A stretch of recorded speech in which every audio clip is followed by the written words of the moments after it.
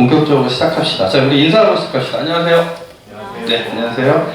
자, 뭐 너네가 우리 반이 지금 다시 한번 시작하는 반들이라 좀 기본적인 내용만 좀 설명할게요.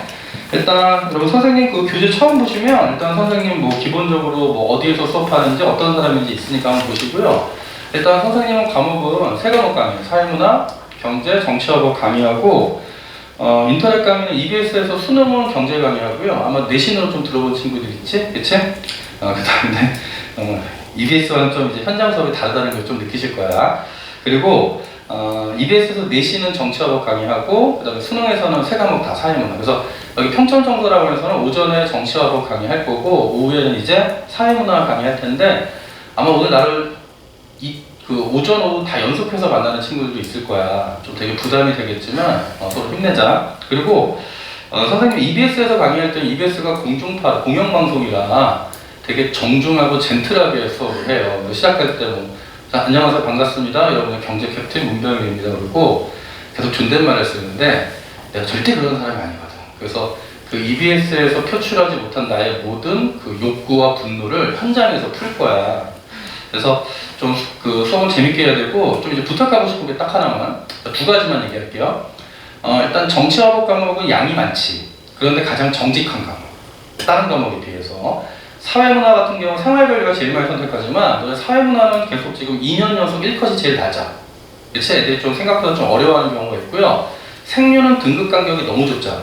생류는 무조건 만점 맞아야 돼. 근데 정치화법 항상 1컷이 매년 비슷해. 작년에 조금 올라갔지만 그래서 기본적인 개념을 공부할 때 제발 부탁인 게 이런 학생들이 있어요. 이제 상담 와서 선생님 저는 이해가 약해서 암기 과목 위주로 할게요. 또는 어떤 학생은 저는 암기가 약하니까 이해 위주로 할게요 그러는데 그게 얼마나 잘못된 과목 선택이냐면 이해와 암기는 절대 분리될 수 없는 거야. 그래서 너네 기본적으로 가장 암기 과목이 영어잖아. 그래서 항상 이해를 기반으로 하고 암기를 해야 되는데 정법 같은 경우는 단순 암기만으로 절대 고득점 안 나오죠. 그래서 항상 개념 좀 정확하게 이해하고 함정들 체크할 거야. 그래서 선생님 교재 이제 같이 공부해보면 알겠지만 앞으로 느낄 거야. 내 교재가 대한민국에서 가장 자세해요. 가장 자세하니까 내 것도 조금 더 자세한 애가 있죠. 최적. 그래서 최적 교재는 좀 더 자세한데 너무 자세하고 친해요. 자, 그래서 일단 정법은 좀 우리가 진도가 좀 약간 다른 과목에 비해서 좀 타이트하게 나가니까 좀 잘 따라와주고요. 두 번째는 뭐냐면 우리가 수업이 일주일에 한 번이잖아. 그래서 이 팀워크가 정말 중요해요. 팀워크. 그러니까 항상 보면 수업 분위기가 좋으면 전반적으로 성적이 좋거든. 그래서 부탁이 있는 게 우리가 일주일에 한 번 만나면 이제 너네 그 매일매일 만나는 선생님들은 그냥 이제 아빠 엄마가 돼요. 너무 익숙한 사람들이야. 그래서 너네 이제 국영선생님들 거의 매일 보지 전략단님들 맨날 보면 나중에는 그냥 좀 짜증나. 그런데 사회탐구는 일주일에 한 번이잖아. 그래서 내 목표는 뭐냐면 일단 사탐대회가 즐거워야 돼. 그리고 기다려지는 날. 그러니까 부탁이 봐봐 너네 오늘 개강이니까 어색하지? 씨발 난 얼마나 어색하겠니? 나도 지금 어색해 미치겠어 지금. 내가 혈액형이 트리플 A형이거든. 너 지금 최선을 다하고 있으니까 너네가 수업 중에 조는 건 괜찮아. 어쩔 수 없어. 졸립지. 그건 상관이 없는데 자는 건 안 된다. 그래서 조는 건 내가 최대한 깨워줄 거고 옛날에는 내가 졸면도 되게 혼냈어. 근데 이제 내 딸내미가 이제 5학년 올라가거든. 좀 결혼을 늦게 해서 애를 좀 늦게 낳았어. 딸내미가 5학년 올라가면서 이제 얘도 공부를 할 거 아니야? 이런 책상 앞에만 앉으면 졸아요. 침 흘리고. 그 마음이 짠해. 그 이후부터 이제 너희들이 이해가 돼. 조는 건 내가 깨워주는데 자는 건 절대 안 된다. 그래서 잘 때는 내가 무조건 노래 시킬 거야. 그래서 항상 준비해놔야 돼. 오케이? 그래서 갑자기 뭐 자다가 걸려서 언제 튀어나와 노래할지도 모르니까 항상 그 레퍼토리 정해놓고요. 집에 갈 때 항상 연습하고 그리고 뭐 부담된다 그러면 내가 불 꺼줄게. 또는 나랑 배틀도 괜찮아. 같이 한번 해보자. 자, 그거 부탁하고 일단 그 수업 중에 만약에 너네가 힘들고 내가 막 좀 웃기려고 노력을 할 거야. 근데 이제 너희들 이런 게 있잖아. 어떤 게 있냐면 나는 이제 공부만 할 거야. 뭐 의지를 다지면서 나는 수업 중에 절대 안 웃어. 그러면서 막 혀를 깨물면서 웃음을 참는 애들이 있거든. 그러니까 이제 마스크가 이제 피로 물들고 부탁이 있는데 너희가 딱 볼 때 제가 뭔가 노력을 한다. 그럼 일단 웃어. 웃긴지 안 웃긴지는 일단 집에 가서 판단하는 거야. 그러니까 이성적으로 판단은 집에 가서 하고요. 집에 가서 엄마한테 물어봐. 학원에서 문병일이 이런 얘기했는데 웃겨 할 때 엄마가 웃어. 그럼 웃겼구나. 안 웃으면 에이 속았네. 이러면 되잖아. 그래서 항상 좀 오픈 마인드로 질문도 많이 하고, 내가 평천청술 아이들을 좋아하는 이유가 뭐냐면 질문을 안 해. 너무 행복해. 근데 선생님도 괴롭혀야 된다. 왜냐면 너네 소비자잖아. 너네 여기 한 달 학원비 얼마야?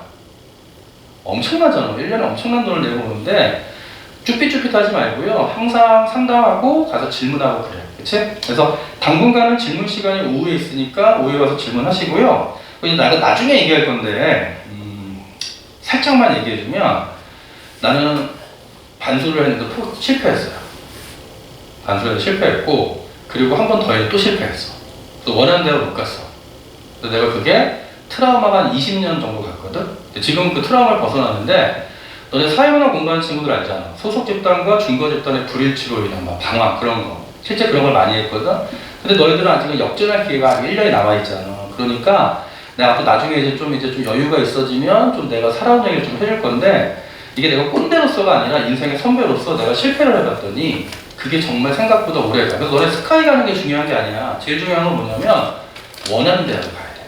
왜냐면 각자 원하는 데가 다 다를 거 아니야. 그래서 일단 항상 목표 정해가지고 끊임없이 자기한테 동기부여하면서 공부하셔야 돼요. 오케이? 그리고 현실이 작년부터 교차전, 이과 애들이 교차전하면서 지금 문과가 좀 불리해졌잖아.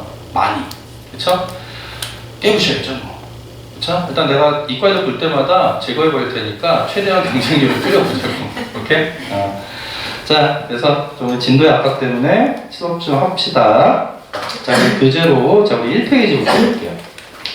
자, 거기 보면 이제 정치의 의미와 기능이 나와 있고요. 그 다음에 2페이지에는 법의 이념, 또 3페이지에 법치주의가 나와 있는데, 자, 법치주의까지 해서 무조건 두 문제가 나오지. 오늘 좀 진도를 나갈 건데, 우리 목표는 지금 오늘 일단 4점을 확보하는 거야.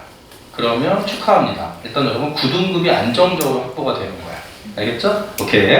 자, 그럼 먼저, 자, 우리 첫 번째, 먼저 확인하는 거야. 작년에 공부했던 친구들은 다시 한번 확인해 보시고, 새로 한 친구들은, 그렇구나 하고 보면 되는데, 일단 우리 첫 번째. 자, 정치의 의미부터 볼게요. 자, 우리 정치의 의미하면 거창한 게 아니지. 자, 너네 지금 우리 다음 주에 바로 뭐가 있죠? 대통령 선거 있잖아. 투표권이면서 선거. 오, 대부분 찍네? 오케이. 자, 그래서, 내가 되게 다음 주까지 수업을 되게 조심히 할게. 왜냐면 잘못하면 또 정치적 성향이 나올 수 있으니까. 근데 어쩔 수 없이 나오는 거는 이해해줘. 그치? 오케이? 그래서 막 날 보고, 막 딱 눈치를 챈다면, 쟤 뭐 빨갱이 이러지 말고, 또는 뭐 쟤 극우 이러지 말고, 난 절대 극자도 아니고 극우도 아니니까. 일단 다음 주에 우리 대통령 선거가 있어서, 지금 엄청나게 서로 지금 치열하게 선거전을 하고 있잖아. 그러면 정치를 바라볼 때, 대통령 선거처럼 정치인들의 활동을 보고 우리가 정치구나라고 생각할 거 아니야. 그래서 정치의 의미는 일단 우리가 두 개로 볼 수 있는데, 자, 하나는 좁은 의미의 정치가 있고요. 자, 또 하나는 넓은 의미의 정치가 있어. 그럼 이렇게 이해하는 거야. 좁은 의미의 정치는 뭐냐면 국가만의 고유한 활동을 보는 거야. 그 포인트는 뭐냐면 국가만이야. 국가만. 자, 그럼 정치를 국가만의 고유한 활동으로 보면 결국 정치는 정치인과 공무원들의 활동인 거지. 그치? 자, 그런데 정치를 넓은 의미로 바라보면 어떻게 되냐면 정치는 국가를 포함한 모든 사회 집단에서 나타나는 활동이 되는 거지. 그치? 그럼 예를 들어서 우리가 기본적으로 생각해봐. 지금 대통령 선거 관련된 내용은 좁은 의미의 정치로 볼 수 있는 거고, 선거운동하는 거는. 그리고 대통령의 통치행위, 공무원들의 활동도 모두 좁은 의미로 볼 수 있지. 그런데 넓은 의미는 국가를 포함한 모든 사회 집단에서 발생하는 활동을 정치로 보지. 그럼 포인트가 이거야. 너네 고등학교 때 만약에, 너네 코로나 때문에 그런 게 없었구나. 너네 수학여행 못 갔지? 어떡하냐. 유일하게 술 마실 수 있는 기회를 놓쳐버렸네. 자, 그러면 너네가 이제 수학여행을 갈 때 학교에서 전체 학생들이 투표를 해서 수학여행지를 선택해. 그럼 그거는 학교라는 사회 집단에서 어떤 이해관계 또는 갈등을 조절하는 활동이잖아. 그럼 그것도 넓은 의미는 정치로 보는 거야. 그럼 결론은 뭐냐면 시험 문제 이제 이게 나온다. 그럼 우리가 정치를 좁은 의미, 넓은 의미로 볼 때, 자, 이거를 벤 다이어그램으로 그린다면 이렇게 돼서 이렇게 된다라고 보면 되는 거야. 즉 넓은 의미의 정치 의미는 좁은 의미의 정치 의미를 포함한다. 그럼 잘 봐. 국가의 활동을 정치로 본다. 좁은 의미, 넓은 의미. 둘 다지. 근데 국가만의 활동을 정치로 본다. 좁은 의미. 이것만 확실하게 구별하면 되는 거. 그래서 실제로 시험 문제는 항상 1번이 좁은 의미와 넓은 의미를 구별하는 게 나오는데 난이도가 그렇게 높지는 않아. 그러면 1번 문제는 절대 틀리면 안 되고 주의할 건 국가의 활동을 정치로 본다. 둘 다. 하지만 국가만의 활동을 정치로 본다. 결국 좁은 의미에만 해당한다. 그거 확인하면 되고요. 그래서 실제로 벤다이어그램을 포함하는 관계다. 자, 그 정도로 보면 되고, 그러면 이게 정치의 의미였잖아. 그럼 이거를 두 번째, 정치를 바라보는 관점으로 확대를 하면, 우리가 좁은 의미에서 정치를 바라보면 정치는 국가만의 고유한 활동이기 때문에, 자, 국가 현상설이라고 얘기하는 거야. 그런데 정치를 넓은 의미로 바라보면 모든 사회 집단, 국가를 포함한 모든 사회 집단에서 정치 활동이 발생하지. 그래서 우리는 이거를 집단, 자, 현상설이라고 얘기해요. 오늘 판서가 마음에 안 드네. 오늘 휴강하자. 그럴 순 없죠. 개강날인데. 그래서 여기까지 연결해. 자, 정치를 좁은 의미로 바라보면 국가현상설, 정치를 넓은 의미로 바라보면 집단현상설. 그럼 나머지들은 결국 너네가 이제 문제를 자꾸 많이 풀어보면서 선택지가 어떻게 바뀌는지만 확인하면 되는데, 그럼 잘 봐봐. 자, 국가가 성립되기 이전에도 정치현상은 있을 거 아니야. 자, 그러면 국가가 성립되기 이전의 정치현상을 잘 설명할 수 있는 건 누구지? 집단현상설이지. 왜냐면 좁은 의미는 국가현상설로 국가만의 고유한 활동이기 때문에 국가의 성립을 전제로 하는 거지. 그럼 국가가 성립되기 이전에 구석기, 신석기 때는 국가가 없었지. 하지만 기본적으로 집단은 존재했을 거 아니야. 그래서 국가가 성립되기 이전에 정치현상을 설명할 수 있다. 좁은 의미, 그 다음에 국가현상설이고요. 소리.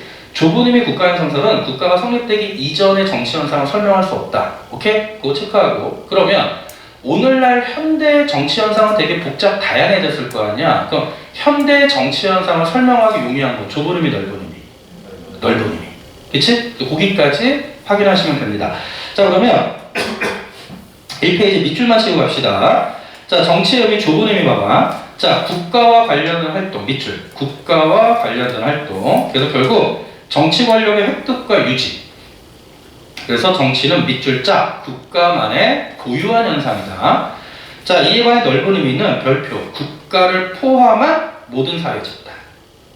그래서 이해관계의 대립이나 갈등 조절. 자, 얘들아, 뭐 단순한 과정에서 확인해 볼게. 이해관계는 무슨 얘기야? 이익과 손해가 되는 관계지? 근데 일반적으로 집단 간의 갈등이 생기면 한 집단의 이익은 그만큼 다른 집단의 손해가 될 수 있거든. 그러니까 첨예하게 갈등이 생기는 거야. 그래서 우리가 어떤 파이, 즉 이익의 크기가 한정되어 있는데 누군가 이만큼을 챙겨가면 다른 집단은 손해가 되는 걸 제로섬이라고 얘기를 하지. 그치? 그래서 기본적으로 국가를 포함한 모든 사회 집단, 즉 개인이나 집단 간의 이해관계 대립, 갈등 조절, 이거 우리가 넓은 의미 되죠? 그래서 맨 밑에 보면 다원화된 현대사회 정치 현상을 설명하기가 용이하다. 자, 이 정도로 확인하면 돼.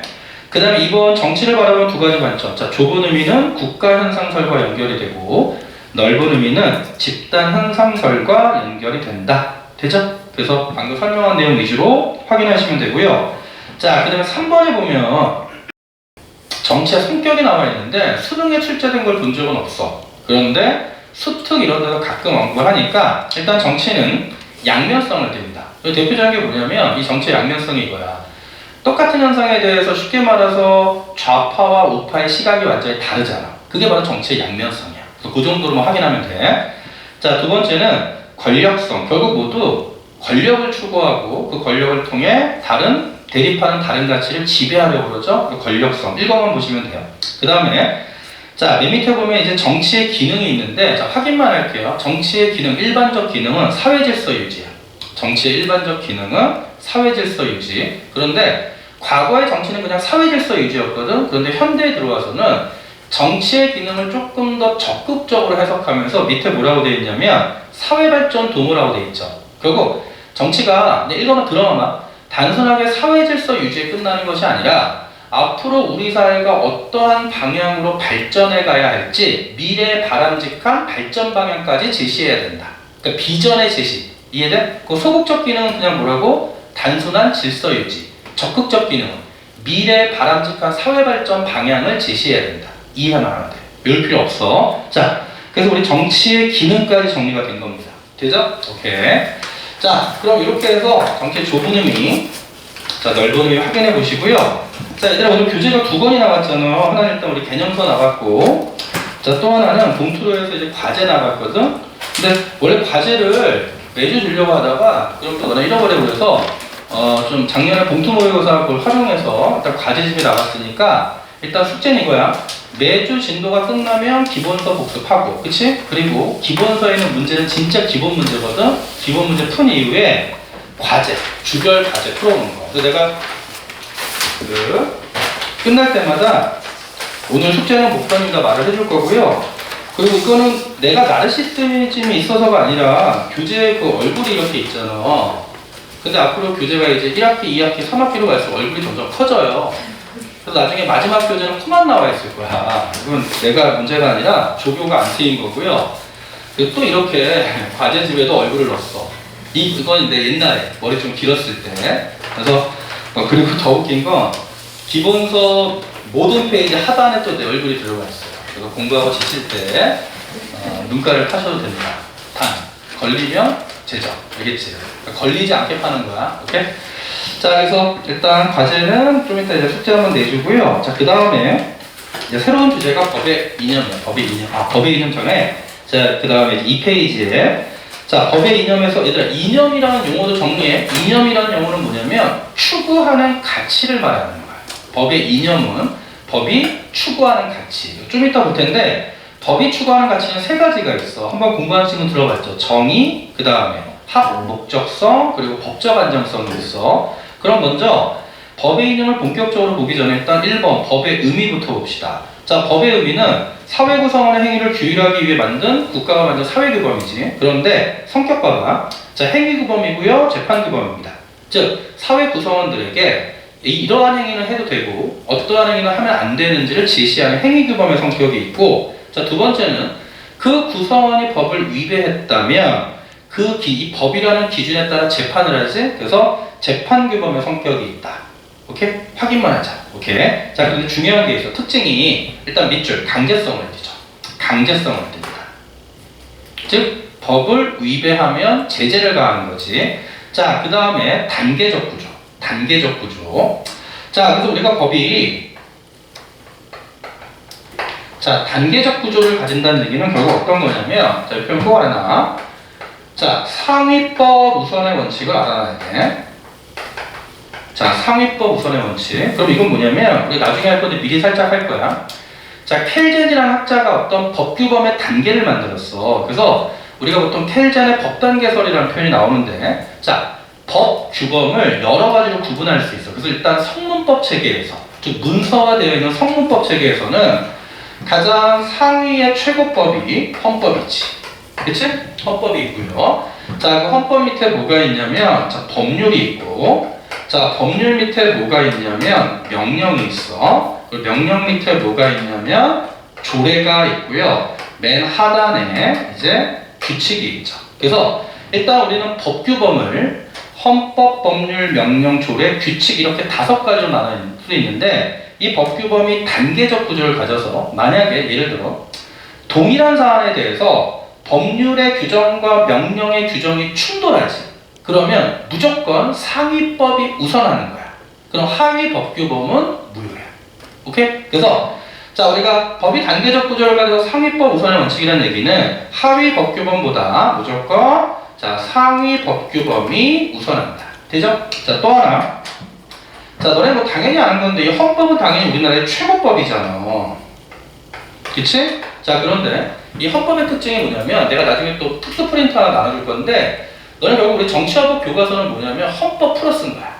그리고 헌법 플러스인 거서 내가 나중에 헌법 조문별로 해석을 달아서 복습하라고 나눠줄 거야. 자, 그러면 일단 헌법의 특징이 뭐냐면, 헌법은 최고법인데 너무 추상적이고 간략해. 예를 들어서 우리나라 헌법 그 조문 중에 가장 중요한 게 10조인데 10조의 내용이 뭐냐면, 인간은 존엄하며 행복을 추구할 권리를 가진다. 인간은 당연히 존엄하지. 그럼 인간의 존엄성을 실현하는 방법들이 필요한데 그런 내용이 없다고. 두 번째는 행복을 추구할 권리. 너무너무 추상적이잖아. 그래서 헌법은 최고 규범으로 어떤 우리나라 국민을 보호할 수 있는 이념을 표현하는데 너무 추상적이고 간략하기 때문에 그런 헌법에 따라 통치, 입헌주의지 헌법에 따라 통치를 하기 위해서는 헌법의 이념을 세부적으로 실현할 수 있는 구체화된 뭐를 만들어야 되냐면 법률을 만들어야 되는 거야. 오케이? 그래서 우리가 보통 입헌주의하면 헌법에 따라 통치하는데 헌법이 너무 추상적이고 간략하니까 입헌주의를 실현하기 위해서 세부적으로 뭐를 만들어낸다? 법률을 만들어서 법치주의, 즉 법률에 따른 통치를 해야 입헌주의가 실현돼. 그럼 중요한 게 뭐냐면 여기에 나와 있는 이 법률이 상위 법규범이 헌법을 위배하면 된다, 안 된다? 안 되지. 왜냐면 법률은 헌법의 가치에 맞추어 제정을 해야 되거든. 그런데 이 하위 법규범인 법률이 헌법을 위배하면 심사에서 무효로 만들어야 될 거 아니야. 그래서 우리가 그걸 뭐라고 해요? 위헌 법률 심판이라고 하는 거지. 위헌 법률 심판. 자, 그럼 얘들아, 위헌 법률 심판은 어디서 하죠? 누구에 관하냐? 헌법 재판소. 이 정도 기본적으로 맛봐야 돼. 그 다음에 또 하나. 이것도 나중에 자세히 하겠지만 미리 살짝 맛보면요. 너를 봐봐. 여기 나와 있는 헌법, 법률, 명령의 법규범은요, 대한민국 전체를 지배하는 거야. 헌법은 대한민국 전체에 적용되고, 법률도 대한민국 전체에 적용되고, 그런데 얘들아, 법률은 누가 만들죠? 의회에서 만들죠. 국회의회. 자, 그런데 이 명령은 어디서 만드는 거냐면 행정부에서 만드는 거야. 그래서 명령을 대통령이 만들 수도 있고요. 대통령 이외 총리나 각부 장관들이 명령을 만들 수 있거든. 그래서 우리가 이것도 용어 알아놔. 명령을 두 가지로 나누어. 하나는 대통령의 명령을 시행령이라고 할 거고, 행정부에서 나머지 총리와 그 다음에 장관들의 명령을 시행규칙이라고 할 거예요. 자, 시험에서는 이 시행령과 시행규칙을 자세히 물어보진 않아. 근데 제시문을 읽다 보면 시행령에 의해서 또는 시행규칙이라는 표현이 나올 수 있으니까 시행령과 시행규칙은 행정부의 명령법규범이다. 명령법규범. 요거 나중에 또 자세하게 왜 위임입법이 되는지 설명을 할 거고요. 자, 그럼 이건 대한민국 전체를 지배하는 건데, 자, 밑에 조례와 규칙은 뭐냐면 지방정부에만 적용되는 법규범이야. 지방정부에만 적용되는 법규범. 그럼 예를 들어 서울시만, 우리가 지방자치도 서울시가 있지. 그럼 서울시 의회 의원들이 서울시에만 적용되는 조례를 만드는 거야. 그럼 이게 다시 중앙정부에는 법률이 있고 의회가 만든 법률이 있고요. 행정부에서 만든 명령이 있지. 마찬가지로 지방정부에서도 지방의회가 만든 조례가 있는 거고, 지방의 그 자치단체 장이 만든 규칙이 있는 거야. 행정부에서 만든. 자, 그러면 일단 여기는 각각의 지방정부에만 적용된다. 오케이? 자, 그렇게 해석하면 돼. 그럼 여기다 하나 더 추가할 게 뭐냐면, 잘 봐. 자, 그러면 명령이 있고, 그 다음에 규칙이 있고, 자, 이제 하나 더 추가할 거야. 처분이라는 게 있어. 처분. 자, 처분은 행정부의 결정을 처분이라고 해. 그 예를 들어서 청소년한테 노래방에서 새벽에 영업을 하면 돼, 안 돼? 안 되지. 그리고 청소년에게 노래방에서 술을 팔면 돼, 안 돼? 안 되지. 근데 만약에 어떤 노래방 업주가 17살 청소년에게 새벽 2시까지 영업을 하고 술을 판 거야. 걸렸어. 그랬더니 구청에서 영업정지 2개월 처분을 내리거든. 그래서 처분은 뭐라고 생각해? 행정부의 결정. 되니? 자, 그러면 잘 봐. 명령이나 이런 규칙들은 상위 법규범인 법률과 헌법을 위배하면 되니 안 돼? 안 되잖아. 그러면 이런 명령과 규칙, 처분이 헌법을 위배하는지 위헌, 그 다음에 법률을 위배하는지 위법 여부를 심사해야 될 거 아니야. 그래서 심사해서 위배했다면 무효로 만들어야 되죠? 효력을 없앤다. 자, 그러면 명령규칙 처분의 위법 위헌 여부 심사는 누가 합니까? 각급 법원이. 그래서 정확히 표현하면 각급 법원. 그럼 그 얘기는 가장 하급 법원인 지방법원이 할 수도 있고 가정법원이 할 수도 있고요. 고등법원도 할 수 있는 거죠. 일단 기본적으로 맞아. 법원이 하는데 이때 이 심사는 3심제와 유사하게 진행되기 때문에 법원이 심사하지만 중요한 거 최종 심사는 누가 한다. 그래서 이게 중요한 거지. 최종 심사는 대법원이 한다. 일단 기본 암기. 수능에 무조건 출제가 되는 거니까. 그럼 너네가 이제 주의할 건 이거야. 명령규칙 처분의 위법 위헌 여부의 심사는 누가 하냐 그러면 법원인데 만약에 최종이라는 표현이 들어가면 누가 한다? 대법원. 여기까지 확인. 이건 미리 꼭 암기해놔. 자, 법률의 헌법 위배 여부는 위헌법률 심판으로 헌재가 하고요. 두 번째, 명령규칙 처분의 위법 위헌 여부의 심사는 각급 법원이 하는 거고 하지만 최종 심사는 누가 한다? 대법원이 한다. 이거 미리 살짝 정리해 둡시다. 자, 그 단계적 구조에서 조금 가지를 치고 나갔으니까 일단 기본적으로 이거 암기해도 오케이. 자, 그 다음에 이제 여기서 연장이 되는 게 이제 법의 이념이야. 근데 이 법의 이념 다시 법의 이념이라는 것은 법이 추구하는 가치거든. 그런데 이게 2014년까지 교육과정에 있다가 교육과정에서 빠졌어. 그랬다가 2년 전에 다시 교육과정으로 들어왔지. 그래서 아직 기출문제가 있냐 없니? 기출문제가 거의 없죠. 아직은 기출문제가 거의 없어. 오케이? 그래서 일단 주된 출제 주제는 아니지만 그래도 한번 확인만 해두면 돼. 그래서 법이 추구하는 가치, 법의 이념은 세 가지가 있죠. 첫 번째는 뭐가 있냐면 정의가 있고, 자, 그 다음에 두 번째는 뭐가 있냐면 목적성이 있고요. 그 다음에 마지막 세 번째는 법적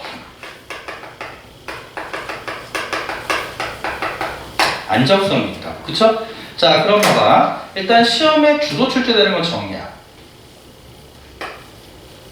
주로 출제되는 건 정의고요. 그 다음에 출제될 수 있는 건 법적 안정성이야. 오케이? 그래서 한목적성은 의미만 알아두면 돼. 그럼 먼저 물어볼게요. 얘들아, 정의가 뭐지? 정의가? 얘들아, 정의의 기준은 단순할까? 되게 다양할까? 정의의 기준은 획일적이고 단순하지 않고 사람들마다 다 다를 수 있지. 그럼 너 생각해봐. 우리가 일단 정의라고 생각하는 첫 번째, 거짓말하면 되냐 안 돼? 당연히 안 되지. 그치? 자식은 부모한테 효도를 해야 돼 안 해야 돼? 해야 되지. 그치? 그러면 부모는 자식을 사랑으로 돌봐. 이것도 다 정의야. 그리고 마음대로 다른 사람들 사기치면 돼 안 돼? 안 되지. 그치? 그래서 정의의 기준은 정말 다양해서 시대별로 특히 근대 시민혁명 시대 때 정의의 기준은 자유였다. 그치? 그러다가 빈부격차 문제가 커지니까 현대 들어와서는 정의는 평등의 개념이 다시 등장, 복지. 그치? 그런데 고등학교 교과서에서는 정의의 개념이 너무너무 다양하다 보니까 일단 어디에 초점을 맞추냐면 고대의 정의관에 초점을 맞춰. 고대 그리스 시대 때 정의는 어떻게 사람들에게 어떻게 설명됐는가. 그래서 아리스토텔레스가 정의한 정의의 의미를 뭐로 접근하냐면 고대 정의관이 주로 평등으로 접근할 거야. 정의를 평등으로 접근할 겁니다. 그럼 너네가 알고 있는 게 뭐냐면 아리스토텔레스는 고대 정의관에서 평등을 두 가지로 구분하는데 평등은 하나는 형식적 평등이 있고요. 또 하나는 두 번째 여기서 끝나는구나. 여기로 갈게요. 지우고 갈게. 다시 법의 이념, 법이 추구하는 가치는 정의, 그 다음에 한목적성, 그리고 법적 안정성이 있는데 일단 정의의 의미는 다양하지만 일단 우리는 고대 아리스토텔레스가 주장한 정의의 고대의 정의가 평등에 한번 초점을 맞춰 설명해보자. 그럼 평등이라는 건 다시 두 가지가 있는데 하나는 형식적 평등이 있는 거고요. 또 하나는 무슨 평등이 있냐면 실질적 평등이 있다. 그럼 얘들아, 너는 단순하게 생각하면 평등이라는 건 뭐지? 차별화하면 안 되는 거지. 그래서 형식적 평등이라는 의미는 소극적인 거야. 그래서 단순하게 차별하지 않는다는 거야. 단순하게 차별하지 않는다. 그럼 그 얘기는 결국 뭐냐면 기회균등이에요. 기회균등. 포인트는 뭐냐면 어떤 개인이 속한 선천적인 요소나 그 개인이 속한 가정 배경 등의 사회적 환경 등을 아예 고려하지 않고 그냥 똑같은 기회를 줘서 차별하지 않았다. 끝! 그러면 무슨 문제가 생기냐면 너 생각해봐.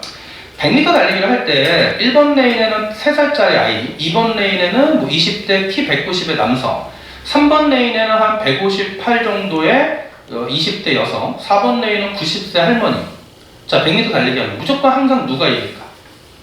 20대 남성이 이길 수밖에 없죠. 그리고 그냥 무조건 선천적 요인, 사회적 환경 등을 고려하지 않고 똑같은 기회를 주면 어떤 문제가 생기냐면 그 고려하지 않은 선천적 요인, 신체적 우위 또는 가정 배경 등에 의해 영향을 받아서 실질적으로는 불평등이 심화되는 문제가 발생할 수 있다는 거야. 그래서 실제 처음에 평등은 형식적 평등으로 기회균등으로 끝나고 차별하지 않았어 라고 소극적으로 평등의 의미를 정의했는데, 그러다 보니까 실질적인 불평등의 문제가 심해져서 그 이후에 이제 실질적 평등이 강조되는데, 또 실질적 평등은 뭐냐면 격차가 발생했잖아. 그럼 그 격차 갭을 뭐하자?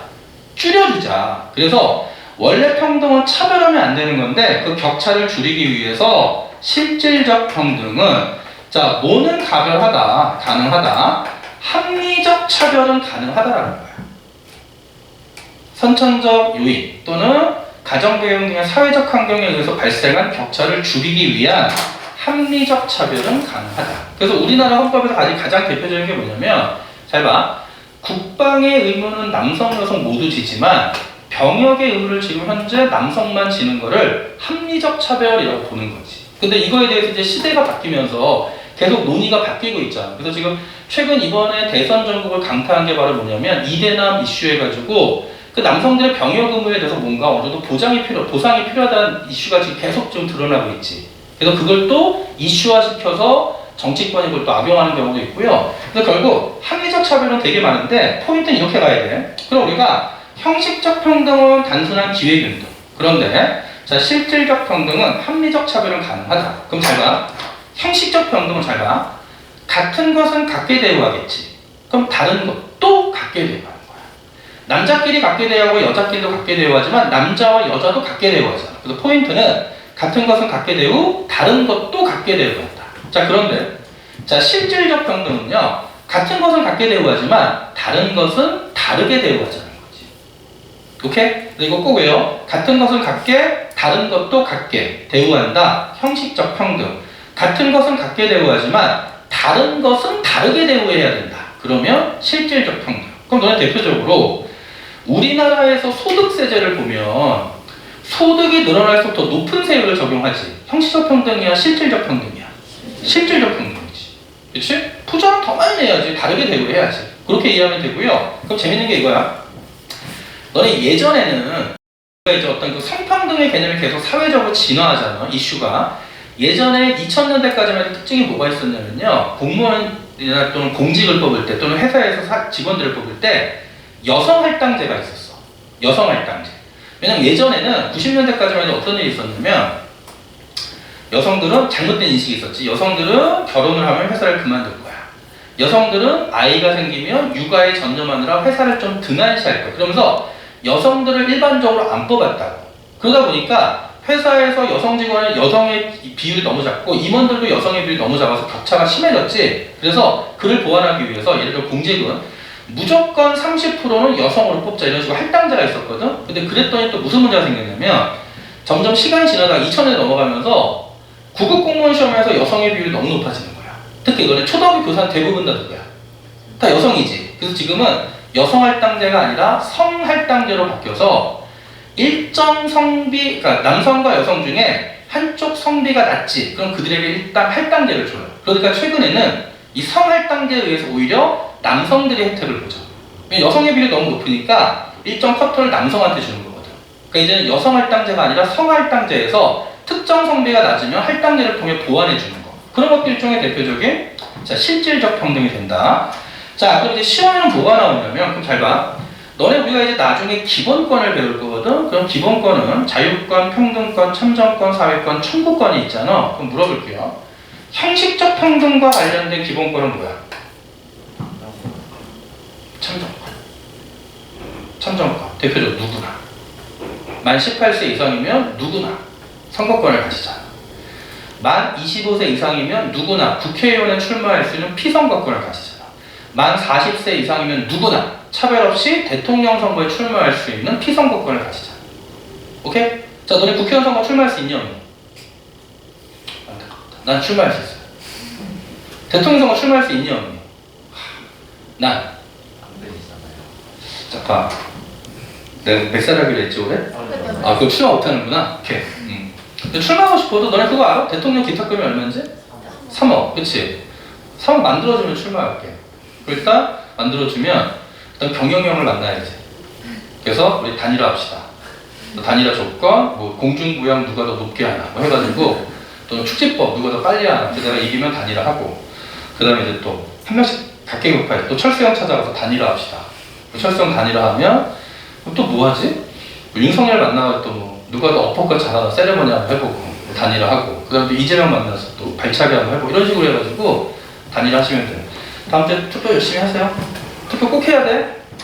야, 나와 정치적 성향이 다르다고 그 사람을 그 어떤 미워하고 그런 건 의미가 없어. 결국 정권이라는 건 계속 보수와 진보가 왔다 갔다 하면서 교체하는 게 당연한 거잖아. 그러니까 뭐 모르겠어. 너네가 정치적 성향이 어떨지 모르지만 니네가 지지하는 후보를 찍고요. 내가 지지하는 후보가 대통령이 당선됐을 때 그 기분이 좀 묘해. 기분이 묘해.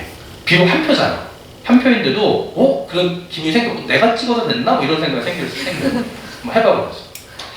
그래서 나도 좀 출마 생각이 있는데, 일단 출마를 하려면 공직자는요, 내가 볼 때 일단 멘탈이 강해야 되는데, 일단 내가 멘탈이 약해. 그리고 생각해봐. 내가 출마하면 너네 나 찍을 거야 안 찍을 거야? 씨발 고민도 안 하냐. 그러니까 아내가 날 찍을까?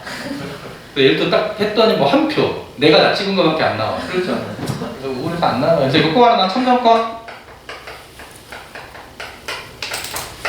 자, 그러면 자, 실질적 평등을 실현하는 기본권은 뭐죠?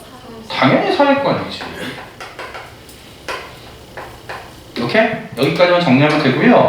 자, 그 다음에 얘들아, 근데 꼭 하나, 이거 단순하게 암기하면 안 되는 게, 우리가 평등의 관점으로 정의에 접근하잖아. 근데 정의는 평등 외 다양한 기준으로 우리가 분류할 수 있잖아. 근데 실제로 시험 문제는 어렵게 나오면 이거 안 나와요. 너무 단순하니까. 왜냐면 이건 외워서 끝나는 거잖아. 오케이? 너 생각해봐. 어떤 여성이 있는데 법에 의해서 생각해봐. 우리나라 법률에 지체장애가 있는 여성은 아이를 양육할 수 없어. 근데 예를 들어 어떤 정신적 장애가 있는 분이 아이를 낳은 거야. 근데 문제는 법에 의해서 아이를 양육할 수 없어서 시설로 보냈어. 그럼 너 생각해봐. 정의의 관점에서 보면 아이는 누가 키워야 돼? 엄마가 키워야지. 근데도 어쩔 수 없이 법에 의해서 아이를 보호시설로 보냈지. 그럼 엄마의 가슴은 찢어지겠지. 그러면 일단 정의의 관점에서 보면 이건 부합하지 않는 거야. 그러니까 이런 식으로 다양한 사례가 나올 수 있다는 거야. 나중에 문제 볼 거고요. 자, 그 다음에 여기서 한목적성이라는 얘기는 결국 어떤 거냐면 그 당시에 국민이 원하는 바가 있을 거 아니야. 그 국민이 원하는 바대로 움직여야 된다는 거야. 그래서 어려운 거 아니니까 자, 교재로 자, 2페이지의 정의, 특히 고대의 정의가 그래서 우리가 그 평균적 정의가 형식적 평등이에요. 그래서 우리가 이 형식적 평등을 평균적 정의라고 해보고 이 실질적 평등을 배분적 정의라고 합니다. 그래서 그 표로 내용 정리하면 되고요. 자, 그 다음에 한목적성을 보면 자, 의미 봐봐. 법이 해당 시대나 사회가 추구하는 가치와 이념에 부합해야 돼. 결국 뭐냐면 국민이 원하는 바대로 법이 만들어져야 된다는 얘기야. 국민이 원하는 바대로 법이 만들어져야 된다. 자, 그럼 특징. 시대와 사회의 지배적인 가치관. 결국 이게 뭐겠어? 국민이 원하는 바지. 국민이 원하는 바에 따라 그 법의 내용이 달라져야 한다라는 거 확인하시면 되고요. 자, 마지막으로 이제 법적 안정성이 있어. 자, 법적 안정성의 의미 보자. 자, 사회 구성원들이 법에 따라 안전하고 질서 있는 삶을 유지해야 한다는 게 법적 안정성이고요. 그럼 너 생각해봐. 사회 구성원들이 법에 따라 안정적이고 질서 있는 삶을 살려면 법이 자주 바뀌면 돼, 안 돼? 안 되겠지. 왜냐면 자주 바뀌면 국민들이 법이 바뀐 걸 모르니까. 그치? 그래서 일단 시험 문제는 법적 안정성의 실용 요건이 나와. 일단 조금만 더 하고 쉴게.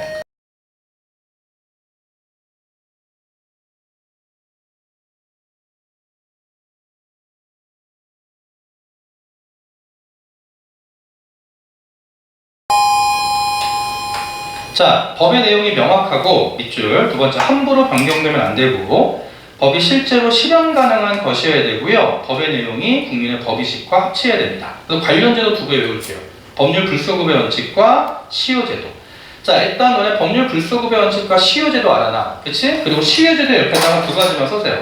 시효는 두 가지가 있어. 하나는 취득시효라는 게 있고요. 자, 또 하나는 자, 소멸시효라는 게 있는데 요 시효제들은 내가 나중에 법 파트 가서 설명하면서 다시 돌아와서 그때 기억나지라고 얘기해 줄 거야. 그래서 일단 암기. 거기 법률 불소급의 원칙 다른 표현으로 뭐라 그러죠? 형법 효력 불소급의 원칙이지. 그 다음에 시효제도 소멸시효와 취득시효가 있다. 두 가지. 자, 그 정도까지 확인하고요. 자, 10분만 쉬었다가 우리 법칙 도입합시다.